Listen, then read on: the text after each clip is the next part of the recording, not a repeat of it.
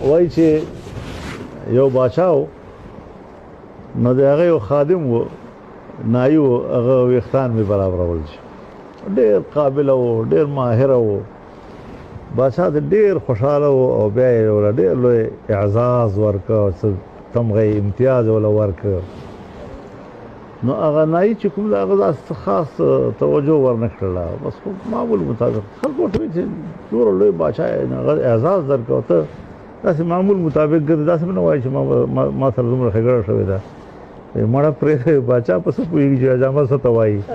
اجام چې زما تعریف وکړي بیا به زه صحیح نو خبره دا ده چې که علما کرام بیا تقي عثماني صاحب غوندې شخصیت چې هغه وکالت هم په هغې هم پوره ده په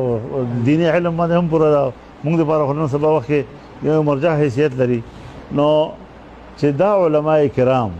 په دغه شي باندې مطمئن وي ما ته نور خلکو هېڅ پروا نشته دی او کمزوران شته جدوجهد پکې روان به وي که نه چې